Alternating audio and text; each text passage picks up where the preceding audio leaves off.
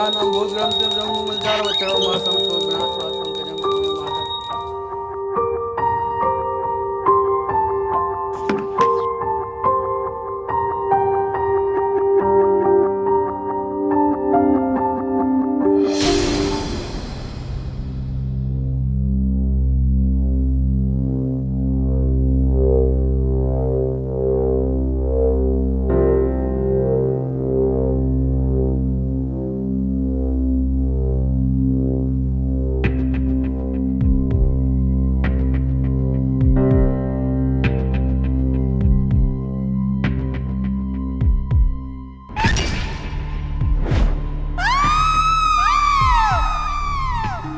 कभी कभी जुर्म इतने संगीन होते हैं कि जिनके बारे में सुनकर आपकी रूह कांप जाती है। कोई ऐसा कैसे कर सकता है? ये सवाल आपको सताए रखता है। ये कहानी भी ऐसे ही एक जुर्म पर सवाल उठाती है।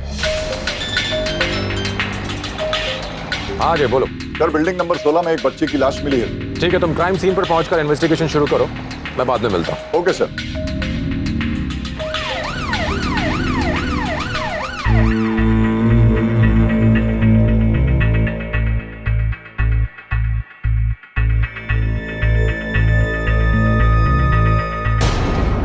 उसकी बॉडी पर भी वैसे ही मार्क्स हैं। हाँ सर, इसे भी गला घुट के मारा गया है। ये स्ट्रेंगुलेशन मार्क देख रहे हैं आप?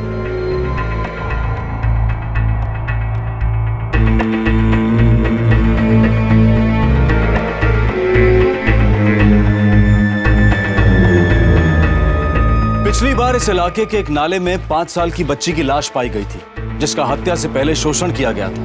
लेकिन इस बार मामला और भी गंभीर था। पुलिस कर्मचारियों पर एक सवाल उठ रहा था कि जो अपने ही घर की रखवाली नहीं कर सकते, वो दूसरों की रखवाली कैसे करेंगे। पुलिस के लिए इस सवाल से बढ़कर दूसरे कई सवालों के जवाब ढूंढना जरूरी था। आखिर 2 मासूम बच्चियों की बड़ी बेरहमी से हत्या कर दी गई थी। सर, बॉडी को पोस्टमार्टम के लिए भेज दिया है, लेकिन पैटर्न वही पिछले महीने वाली लाश जैसा लगता है सर। पिछले 1 महीने में दूसरी बॉडी। कोई एक 8 साल की बच्ची को पुलिस क्वार्टर की छत पर ले जाता है, लेकिन उस बिल्डिंग में रहने वाले किसी भी पुलिस ऑफिसर ने कुछ नहीं देखा। इसका मतलब ये हुआ कि जिसने भी ये जुर्म किया है वो उस बिल्डिंग में रहने वाले लोगों से वाकिफ था, यानी कि उसका वहां पर रोज का आना जाना था। या फिर सर, वो बिल्डिंग में ही रहने वालों में से कोई एक है। हो सकता है। एक काम करो, बिल्डिंग नंबर 16 में जितने भी लोग आते जाते हैं रोज, उन सब से पूछताछ करो। Right sir. देखो शायद कुछ पता चले। Okay sir.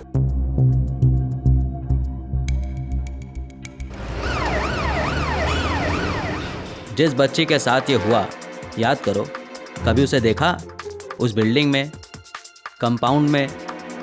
नहीं देखा। साहब ने आपको बुलाया है। जिस बच्ची के साथ ये हुआ, याद करो, उसे तुमने कहाँ देखा? बिल्डिंग में, कंपाउंड में या कहीं और? नहीं सर, मैंने कहीं नहीं देखी।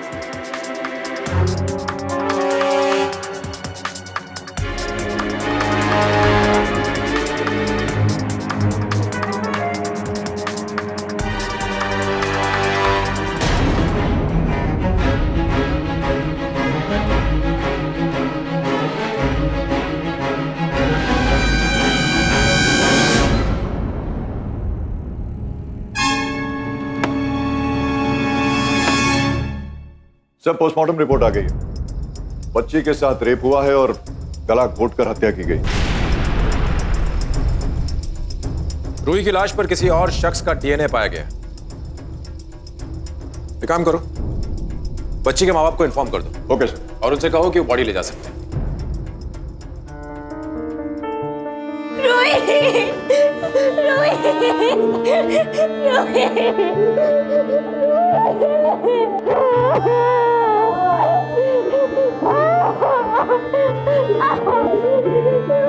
चलो बेटी से चलो।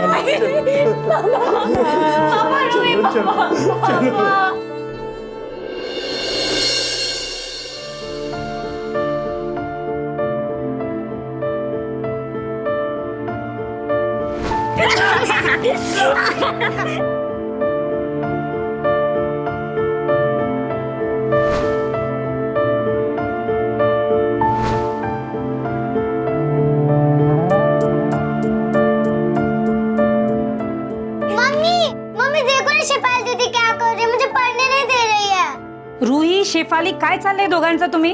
और शेफाली तुम इतनी बड़ी हो गई फिर भी तुम्हें अक्ल नहीं है ना? कितना मस्ती करती रहती हो। रूही, रूही।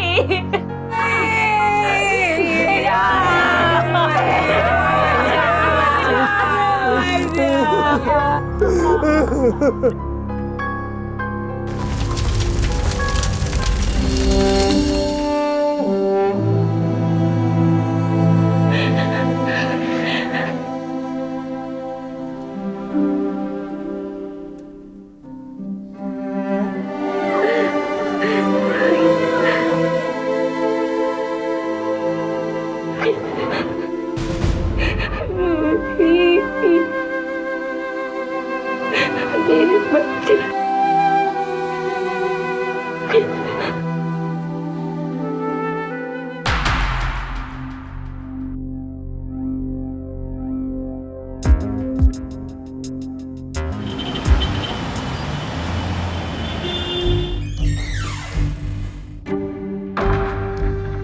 सर, रोहित शर्मा की फैमिली आई है, वो आपसे बात करना चाहती है। बुलाओ। Yes sir.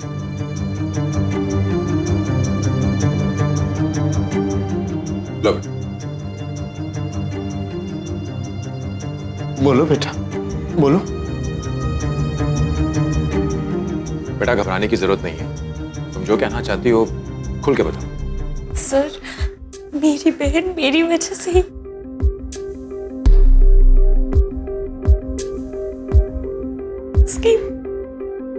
उसकी मौत की वजह मैं हूं।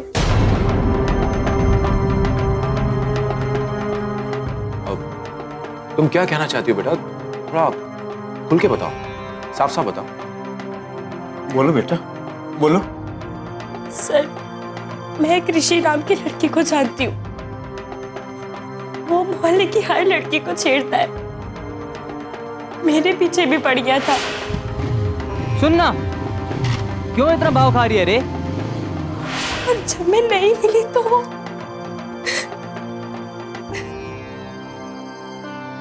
देखो बेटा, घबराओ मत। तुम जो कुछ कहना चाहती हो मुझे साफ साफ बताओ और पूरी बात बताओ। अगर तुम पूरी बात नहीं बताओगी तो मैं तुम्हारी कोई मदद नहीं कर पाऊंगा। वो रोज मेरा पीछा करता था, मुझे तंग करता था।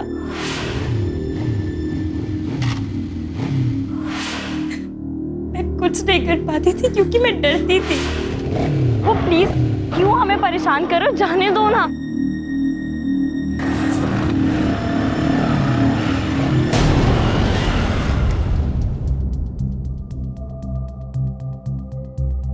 देख, अगर तू नहीं चली ना तो तेरी बहन को ले जाऊंगा। और फिर एक दिन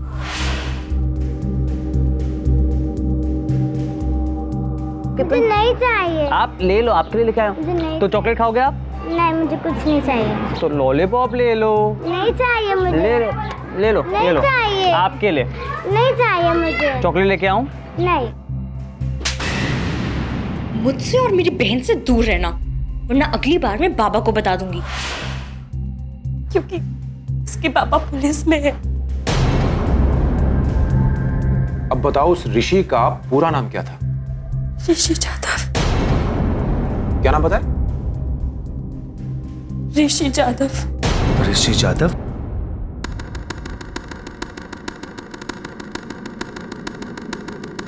उसने मेरी बहन को मार डाला साहब, मार डाला उसने मेरी बहन को।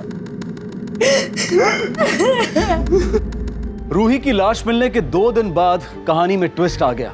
शेफाली के बयान से इतना तो साफ हो गया था कि ऋषि के पास रूही को मारने का मोटिव था, लेकिन जांच अब तक पूरी नहीं हुई थी। पर सबसे बड़ा सवाल यह था कि आखिर ऋषि कहां गायब था और क्या उसके कारनामों के बारे में उसके पिता को जरा भी अंदाजा था? अरे गावकर, तू ये ना। मैडम, ऋषि बाबू आहे का? नहीं रे, 3 दिन से घर नहीं लौटा। क्या रे? सर, ये तू जा।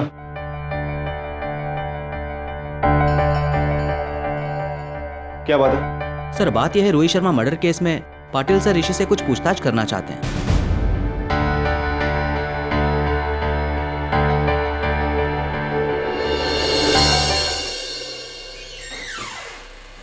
सर, टेलीफोन कंपनी से ऋषि यादव के कॉल के रिकॉर्ड्स आ गए हैं। ओके। पिछले 2 दिन से इसका फोन बंद आ रहा है और इसका आखिरी नोन लोकेशन अंधेरी ईस्ट दिखा रहा है। और इसने आखिरी 2 कॉल्स एक ही नंबर पे किए। इससे पहले भी उसने कई बार इस नंबर पे कॉल किया है। पता करो कि ये नंबर किसका है। देशमुख, ये नंबर लो और इसके कॉल डिटेल्स निकालो। जी सर। पाटिल, यादव बाबू, आप ऋषि को तुमने क्वेश्चनिंग के लिए बुलाया, क्या सबूत है उसके खिलाफ? यादव बाबू, ऋषि पिछले 3 दिनों से गायब है और आपने अभी तक उसकी मिसिंग रिपोर्ट तक नहीं लिखाई। तुम ऋषि को इतनी अच्छी तरह से नहीं जानते। 3-4 दिन दोस्तों के घर रहना उसके लिए तो आम बात है। लेकिन हर बार जब वो घर से बाहर रहा है, उसके घर की छत के ऊपर लाश भी तो नहीं मिली। और इस बार ऋषि के खिलाफ मरने वाली लड़की की बहन ने स्टेटमेंट भी दर्ज किया है।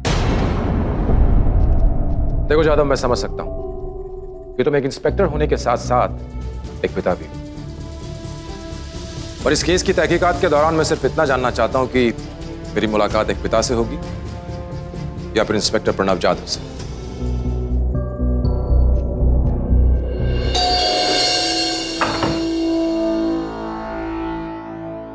ऋषि कहाँ है? मैं कई दिनों से उससे नहीं मिला हूं। कई दिनों से? तो 3 रात पहले ऋषि यहाँ क्या कर रहा था? बोल। मुझे नहीं पता सर। हाँ, बोल। बताता हूं।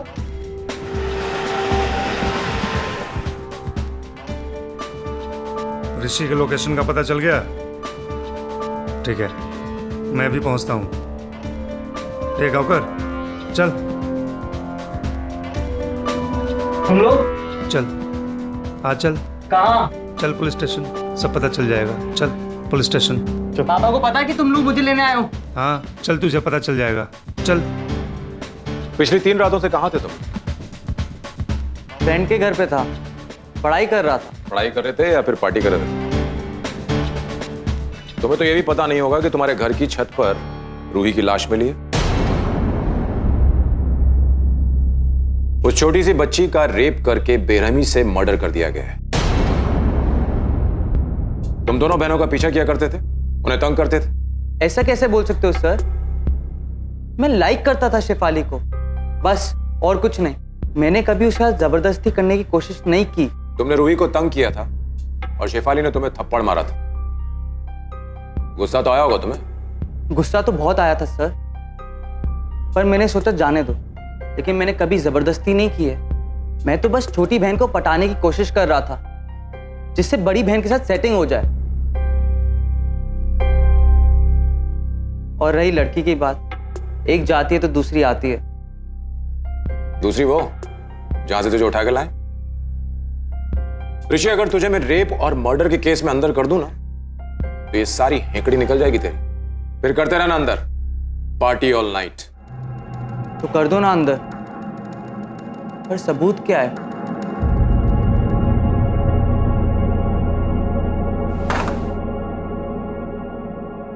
किधर जा रहे तू? हाँ, एक फोन करने को नहीं होता? अरे आई, तू टेंशन क्यों लेती है? मैं छोटा बच्चा नहीं हूं।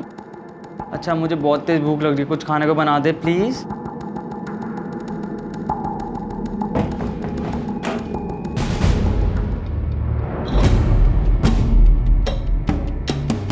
किधर था तू? कहाँ झक मार रहा था? पुलिस स्टेशन में था। आपके अजय साहब ने रोक के रखा था। पता है मुझे, मेरी गलती है जो तुझे इतनी छूट दे के रखी है। ये दिन तो देखना ही था। मुझे परवाह नहीं है अजय के सामने तुमने क्या बोला है। देख, जो भी है मुझे सच सच बता दे। बोला तो था मैं फ्रेंड के घर पे हूं। अगर यकीन नहीं आता तो आप आदित्य से कॉल करके बात कर लीजिए। सच बता, उस लड़की के साथ तूने क्या किया है? आपको खुद के बेटे पे यकीन नहीं है?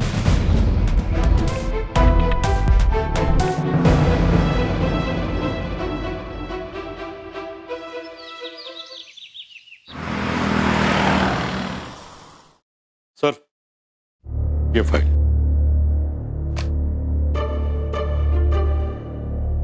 एक काम करो, इन 5 लोगों के अंदर उन 2 लोगों के नाम भी जोड़ दो, ऋषि और आदित्य। इन सब लोगों को डीएनए टेस्ट के लिए बुलवाओ, और अगर कोई आने से मना कर दे तो उन्हें उठा लो। जी सर। इसके अलावा कोई और तो नहीं बचा राउंड अप के लिए? है ना सर, वो रफीक केबल वाला। कत्ल की रात उसे उस बिल्डिंग में देखा गया था। रवि गया उसको उठाने। ठीक।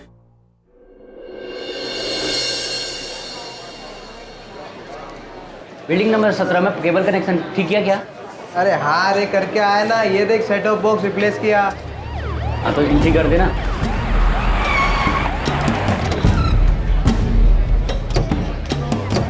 बिल्डिंग नंबर 16 में तुम लोगों में से कौन जाता है? मैं जाता हूँ साहब। और 6 तारीख की शाम को कौन गया था? वो तो मैं गया था सर, ये तो ड्यूटी पे गया हुआ था। अच्छा चलो सर। चलो साहब चलो मैं बताता हूँ। साहब हुआ क्या साहब? क्या किया इसने साहब?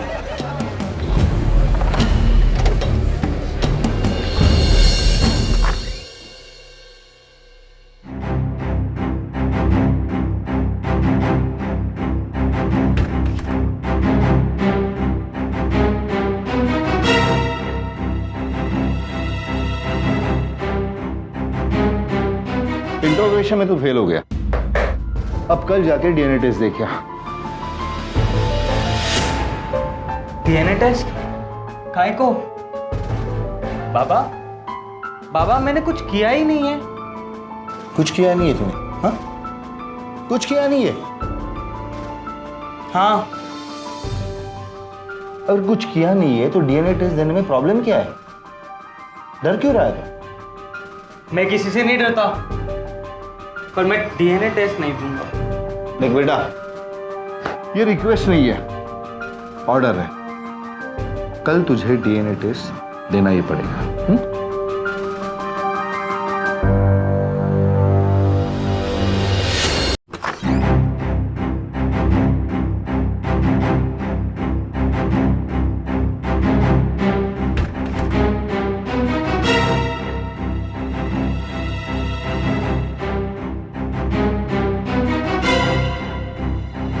इंट्रोगेशन में तो फेल हो गया, अब कल जाके डीएनए टेस्ट देखिए। DNA test? काय को? बाबा मैंने कुछ किया ही नहीं है। कुछ किया नहीं है तूने? हाँ, कुछ किया नहीं है? हाँ। अगर कुछ किया नहीं है तो डीएनए टेस्ट देने में प्रॉब्लम क्या है? डर क्यों रहा है तू? मैं किसी से नहीं डरता, पर मैं डीएनए टेस्ट नहीं दूंगा। देख बेटा, ये रिक्वेस्ट नहीं है, ऑर्डर है। कल तुझे डीएनए टेस्ट देना ही पड़ेगा।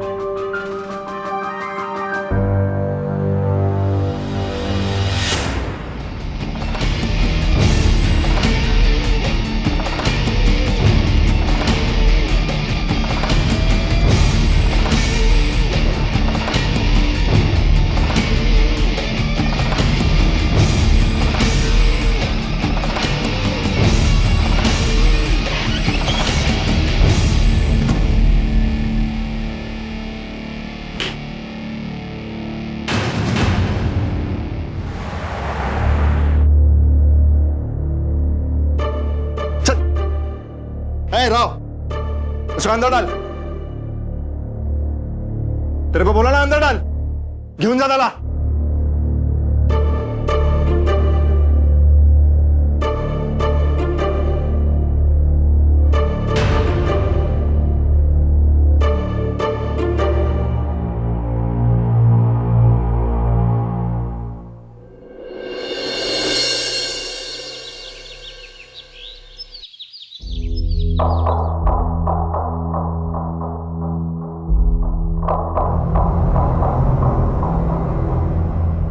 साले क्या किया तूने? हाँ, फंसा दिया। चुपचाप बैठा रहे।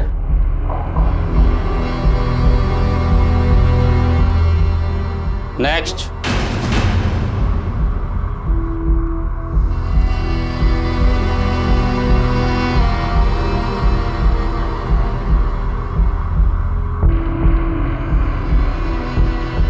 Open your mouth.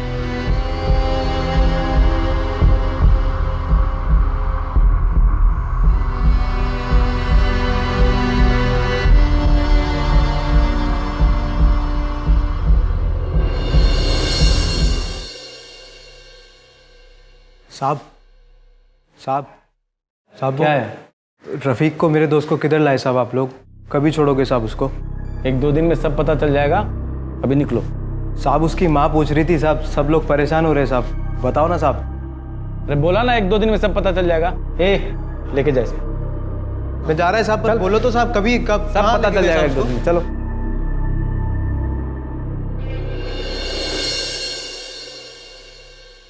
सर, ये ऋषि यादव की ब्लड रिपोर्ट्स है।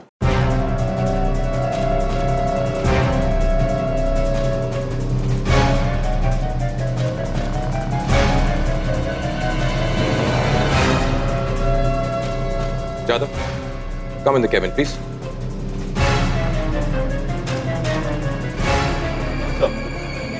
यादव, सारी डीएनए रिपोर्ट्स आ चुकी हैं, पर अनफॉर्चुनेटली किसी का भी प्रोफाइल हत्यारे से मैच नहीं करता है। तुम्हारे बेटे को हम जाने देंगे, पर तुम्हारे बेटे की ब्लड रिपोर्ट में ड्रग्स पाई गई हैं। मुझे लगा तुम देखना चाहोगे।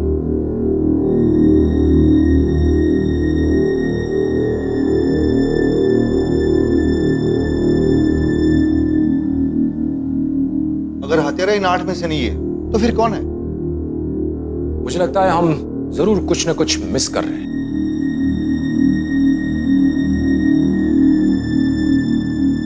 डीएनए टेस्ट के नतीजों से केस सुलझने की बजाय और उलझता गया।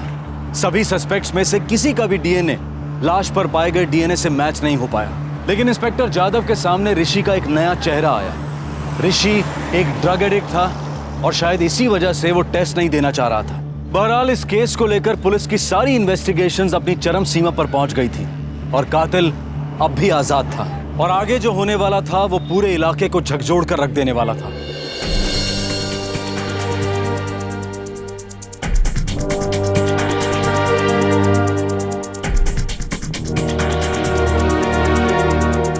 नफीसा बेबी,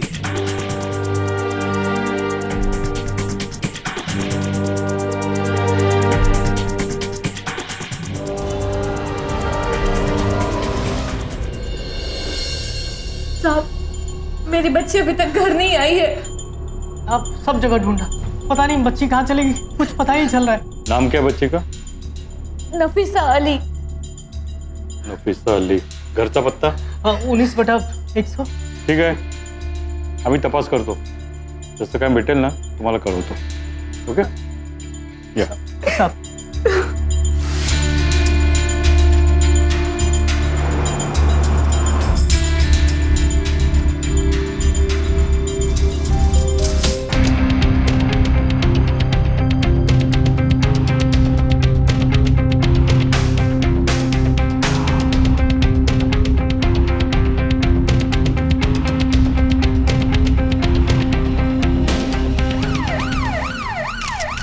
क्या रे, ये कैसा हुआ? साहब मुझे कुछ पता नहीं साहब। तू कहाँ गया था? मैं 1 महीने से मुंबई में था ही नहीं, हैदराबाद गया था। अच्छा, ये खोली मेरी है साहब, 2 महीने से बंद है। मैं भाड़ेदार ढूंढने की कोशिश की साहब, लेकिन कोई भाड़ेदार मुझे मिला ही नहीं। बॉडी काफी डिकम्पोज हो चुकी है, जिसकी वजह से चेहरा एकदम बिगड़ गया है।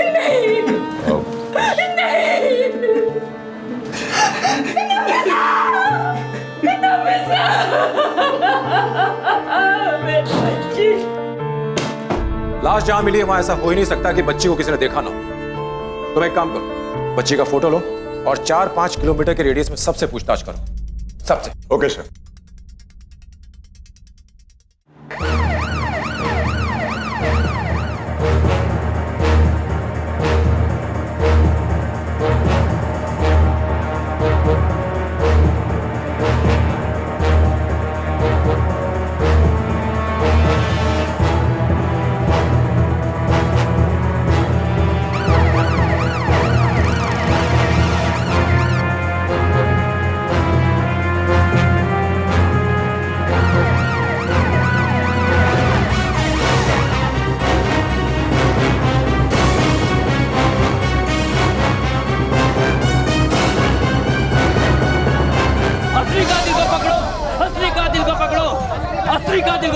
कुछ पता चला साहब? तहकीकात चल रही है। ऐसा कब तक बोलोगे साहब? और कितना इंतजार करें साहब, और कितना इंतजार करें? देखिए हम लोग बहुत जल्द कातिल को पकड़ लेंगे, आप बेफिक्र रहिए। अरे आप लोग शांत रहिए, पुलिस अपना काम कर रही है। अरे इन लोगों को पता है यार असली कातिल कौन है, लेकिन फिर भी छुपा रहे हैं क्योंकि पकड़ तो सकते हैं नहीं। आप किसी की हत्या होते हैं तो इसका जिम्मेदार आप लोग होंगे। आप लोग होंगे इसके जिम्मेदार। अरे आप लोग शांत रहिए, पुलिस अपना काम कर रही है। अरे क्या काम कर रही है पुलिस? फिर से वही मोडस ऑपरेंडी, फिर से रेप, फिर से गला घोट करके हत्या। सर, हैदराबाद पुलिस ने कंफर्म किया है कि रमजान अली कत्ल के वक्त हैदराबाद में ही था। ये देखिए रिपोर्ट। वो वहां पर 20 दिनों के लिए था ना? जी सर। और कत्ल हुआ, इसका मतलब रमजान अली हत्यारा नहीं हो सकता। अच्छा, उसके दरवाजे पर जो ताला लगा था जिसको हमने तोड़ा, उस पर कुछ फिंगरप्रिंट्स मिले थे, उनका कोई मैच मिला? नहीं सर, हमारे रिकॉर्ड्स में तो ऐसा कुछ भी नहीं मिला। नफीसा की जो ये पोस्टमार्टम रिपोर्ट है, इसमें उसका ब्लड ग्रुप है O पॉजिटिव, और उसकी लाश पर जो खून का धब्बे मिले थे उसका ब्लड ग्रुप था AB पॉजिटिव, राइट? और यही नहीं, नफीसा के नाखूनों में जो बाल मिले उसका DNA और खून के धब्बों का DNA सेम है। तीनों लाशें इन 3 जगहों पर पाई गई। इसका मतलब यह हुआ कि हत्यारा इसी इलाके के बीच में कहीं छुपा हुआ है। हत्यारे का ब्लड ग्रुप AB पॉजिटिव है, यह हम सब जानते हैं। अब इस इलाके में कितने लोग होंगे जिनका ब्लड ग्रुप AB पॉजिटिव होगा? उन सब लोगों को राउंड अप करो और उनमें से कातिल को छांटने के लिए उनका DNA टेस्ट करवाओ, सबका। सर, इस तरह से तो 500-600 लोगों के टेस्ट कराने पड़ जाएंगे। करो, मजिस्ट्रेट की परमिशन चाहिए, उसका बंदोबस्त मैं करता हूं। हर घर में जाओ और 15 साल से बड़ी उम्र के हर आदमी का ब्लड टेस्ट करो, हर एक आदमी का। Okay sir. पुलिस के सामने इस वक्त एक असाधारण चुनौती थी। इतनी बड़ी कॉलोनी के सभी पुरुषों का ब्लड टेस्ट करवाना कोई बच्चों का खेल नहीं था। हत्यारे को जल्द से जल्द ढूंढना सबसे ज्यादा महत्वपूर्ण हो गया था, क्योंकि जब तक वो बाहर था इलाके की कोई भी बच्ची उसका चौथा शिकार बन सकती थी। अरे कोई है? अरे ब्लड टेस्ट करना है। आइए डॉक्टर। कोर्ट का ऑर्डर है, ब्लड टेस्ट करना है। जाओ गाड़ी में जाके चेक करके लेके आओ।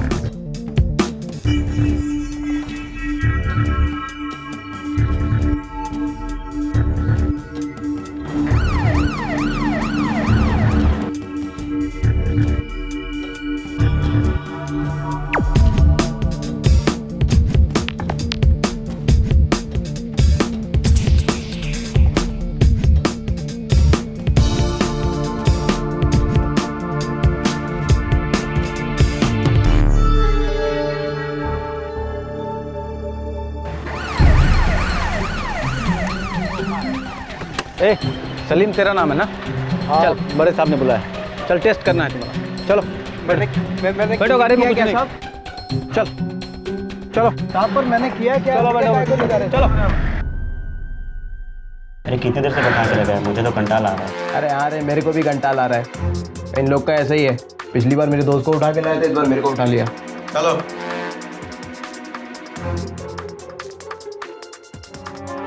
Open your mouth. काय को खोलने का है मुंह? अबे खोलना, बोल रहे डॉक्टर साहब, समझ नहीं रहे हो? खोलो। Open your mouth.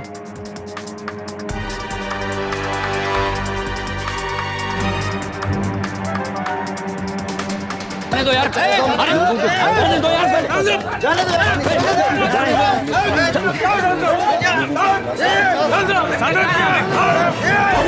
शांत हो जाइए, शांत हो जाइए, शांत हो जाइए, शांत हो जाइए। हमको क्यों शांत करा रहे हो साईं? खूनी लोगों को तो आपने छोड़ दिया और हम गरीबों को आप पकड़ रहे हो।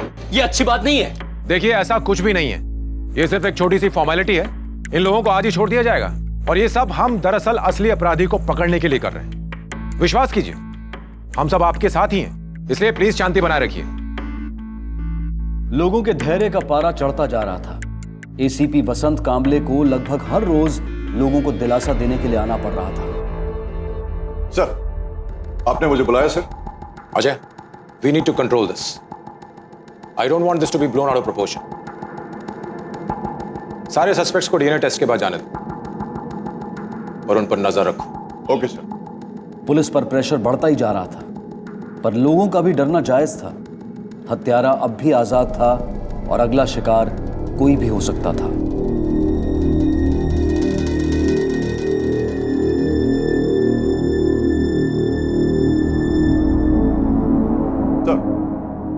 सर, पूछताछ से पता चला है कि नफीसा अली के अगवा होने के दिन उसको 3 लोगों ने देखा था। एक राधिका नाम की औरत, एक ऑटो रिक्शा ड्राइवर जिसका नाम यूसुफ है और भाऊ भोपे। तीनों को बुलाओ। Okay sir. नाव का तुझा? राधिका। उस बच्ची को कहाँ देखा था तुमने? मैं एक बस स्टॉप पे खड़ी थी अपनी विषय मंडली के साथ। वहाँ इस बच्ची को एक आदमी के साथ देखा, सामने वाले बस स्टॉप पे। उस बच्ची को कहाँ देखा था तुमने? सर, मैं पटेल दुकान के सामने खड़ा था, तभी मैंने देखा एक लड़का इस बच्ची का हाथ पकड़ के लेके जा रहा था। एक लड़का इस बच्ची को लेकर मेरे रिक्शे में बैठा था, बोला खूबसूरत स्टोर्स जाना है। मैं ले गया साहब। मैं खूबसूरत स्टोर्स के लिए लेफ्ट ले रहा था, बोला राइट ले लो। तो मैंने कहा कि खूबसूरत स्टोर तो लेफ्ट में है, तो बोला कि मैं जैसा कहता हूँ वैसा करो। अगर अमित कुमार वो सामने आएगा पहचान लोगे उसे? जी बिल्कुल। हाँ सर। पहचानो, इनमें से कोई है क्या? नहीं सर। ये? नहीं सर।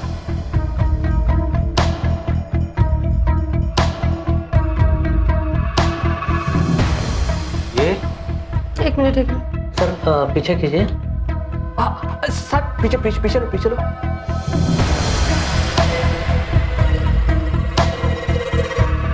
हाँ सर, ये तो वही लड़का है। पक्का यही है? हाँ यही है। ये it's a match. DNA is matching. Yes sir. कातिल का पता चल गया अजय। मुझे ये आदमी आज हर हाल में चाहिए। सर, मैं अपनी एक टीम लेकर निकलता हूं।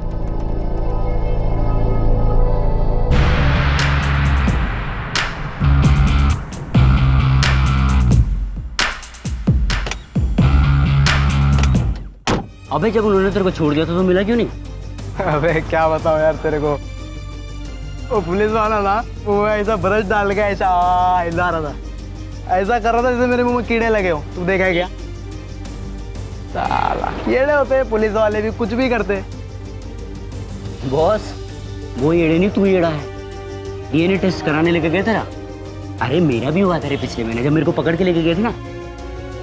वो लड़की मरी थी ना, बच्ची, उसी के कातिल को ढूंढ रहे थे वो। डीएनए टेस्ट क्या होता है भाई? अच्छा यार, मेरे को किसी ने पिछले महीने बताया था कि इससे कातिल का पता लगता है।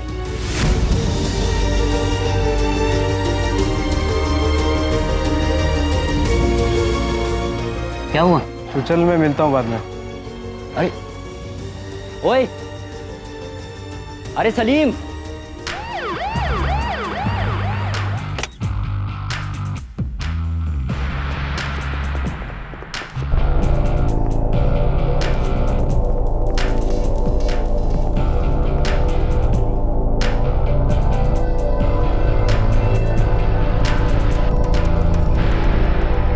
सलीम, रुक रुक।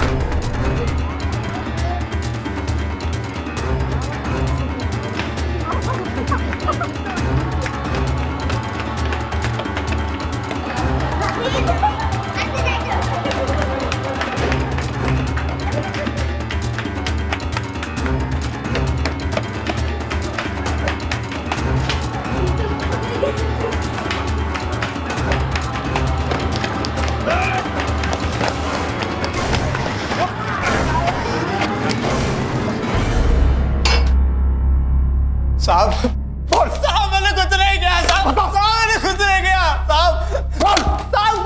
मैंने कुछ नहीं किया साहब। मैं सच बोल रहा हूँ साहब। मेरे को ये नहीं मालूम क्यों उठा के लाए साहब आप लोग मेरे को। मैं सच बोलता है साहब, मेरे को नहीं मालूम क्यों उठा के लाए साहब मेरे को। देख, तेरे पास 2 ही रास्ते हैं। सब कुछ सच सच उगल दे, वरना हमें टेढ़ी उंगली करके भी घी निकालना आता है। समझ गया? साहब कुछ किया होगा तो बताऊंगा ना साहब।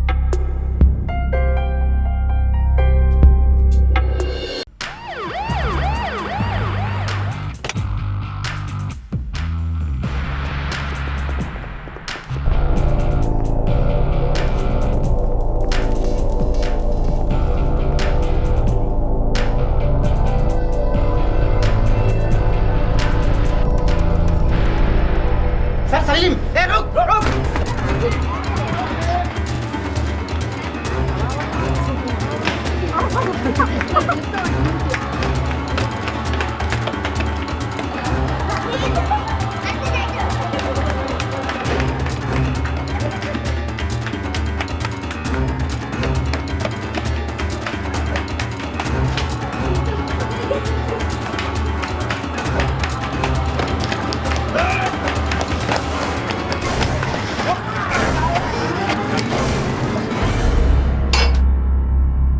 साहब साहब मैंने कुछ नहीं किया साहब मैंने कुछ नहीं किया साहब मैंने कुछ नहीं किया साहब मैं सच बोल रहा हूँ साहब मेरे को ये नहीं मालूम क्यों उठा के लाए साहब आप लोग मेरे को मैं सच बोलता है साहब मेरे को नहीं मालूम क्यों उठा के लाए साहब मेरे को। देख तेरे पास दो ही रास्ते हैं, सब कुछ सच सच उगल दे वरना हमें टेढ़ी उंगली करके भी घी निकालना आता है, समझ क्या? साहब कुछ किया होगा तो बताऊंगा ना साहब।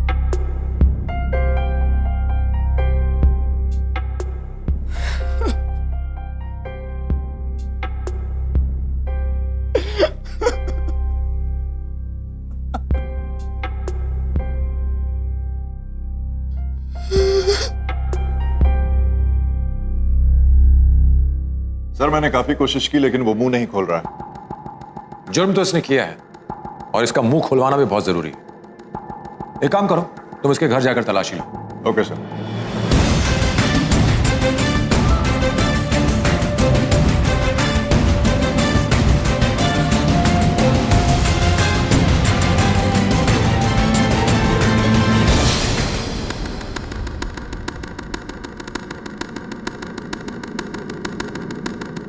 आठ तारीख की शाम को 6 बजे बालवाड़ी से एक 9 साल की बच्ची अगवा होती है। कुछ दिनों के बाद उसकी लाश मिलती है। लाश पर जो डीएनए पाया गया वो तेरा था। इसका मतलब समझता है तू? तुझे तेरी भाषा में समझाऊं? तेरा जो ये ट्रांसमिशन है ना वो बहुत जल्दी खत्म होने वाला है, हमेशा के लिए। साहब 8 तारीख को मैं अपनी जॉब पे था साहब वो समित का नेट खराब हो गया था, वो रिचार्ज कर रहा था साहब। उसके बाद साहब मैंने कुछ 5-6 लोगों के रिचार्ज कराए और साहब सारे पैसे जाके मैंने अपने सेठ को दिए साहब। चाहिए तो आप मेरे सेठ से पूछ लो साहब। इसका मतलब बाहर ही था ना, दुकान पर बैठकर काम तो नहीं कर रहा था?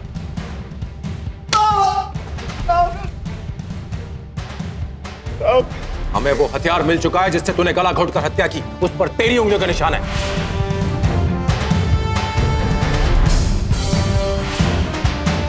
जिस खोली में तूने लड़की की लाश छुपाई उस पर लगे ताले पर भी तेरी ही उंगलियों का निशान है।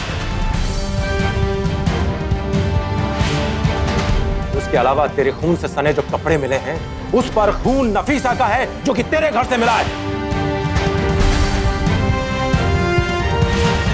उसके अलावा हमारे पास 3 चश्मदीद गवाह हैं जिन्होंने तुझे उस रात नफीसा के साथ देखा था। इसलिए तेरी भलाई इसी में है कि तू सब कुछ सच सच बता दे, नहीं तो 3 कत्ल के इल्जाम में तुझे फांसी की सजा से कोई नहीं बचा पाएगा।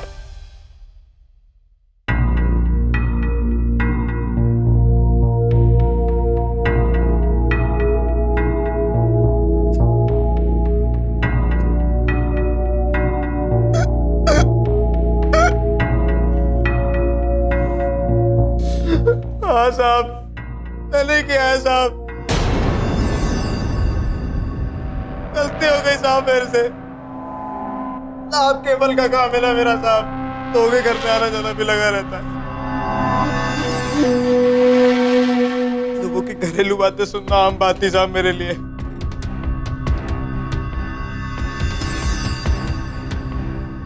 नफीसा के घर भी जाया करता था साहब मैं।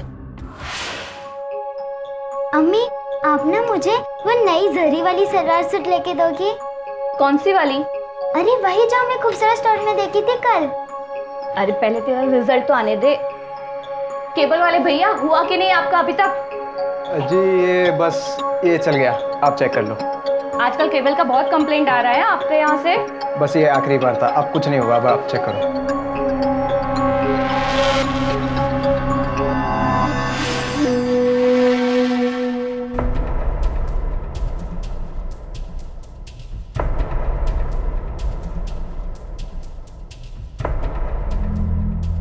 नफीसा बेबी इधर आओ। यहाँ पास में ना एक खूबसूरत स्टोर है, तुम्हें वो जरी वाला सूट चाहिए था ना? हाँ मुझे चाहिए। आओ मैं दिलाता हूँ, आओ।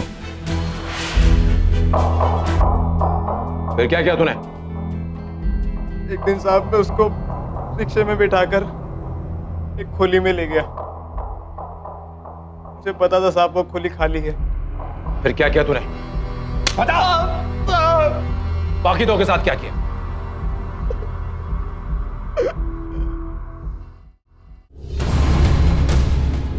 आशूचे नितिन, पेपर नैपकिन है और क्या है? वो मुझे भी पता है, लेकिन ये लिपस्टिक का निशान किसका है? मुझे क्या पता। स्वीटू तुमने ये क्या कर दिया? नींद ही नहीं आ रही है। सर पिछले कुछ दिनों से बहुत परेशान हो गया। वन नाइट पॉर्न साइट पर अपना नाम, नंबर और फोटोज किस लिए डाले?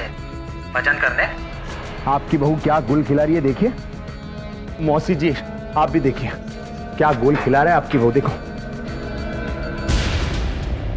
सलीम ने पहली दो लड़कियों के कत्ल का इल्जाम कबूल नहीं किया, शायद इस उम्मीद में कि उसे सजा कम मिलेगी। पहले दो केसेस में सबूत कम होने की वजह से वो केसेस अभी भी ओपन हैं। हालांकि सलीम के अरेस्ट के बाद इस इलाके में बच्चियों के शोषण और हत्या की कोई वारदात सामने नहीं आई। मुंबई की एक स्पेशल विमेन कोर्ट ने सलीम को नफीसा अली के मर्डर के लिए आईपीसी की धारा 364 के तहत किडनैपिंग के लिए, धारा 376 सबसेक्शन 2 के तहत बलात्कार के लिए और धारा 302 के तहत हत्या के लिए दोषी पाया है।